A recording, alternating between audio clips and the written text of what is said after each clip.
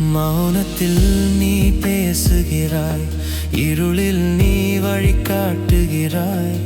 நான் விழுந்தால் தூக்குகிறாய், என்றும் என் அருகே நிற்கிறாய்.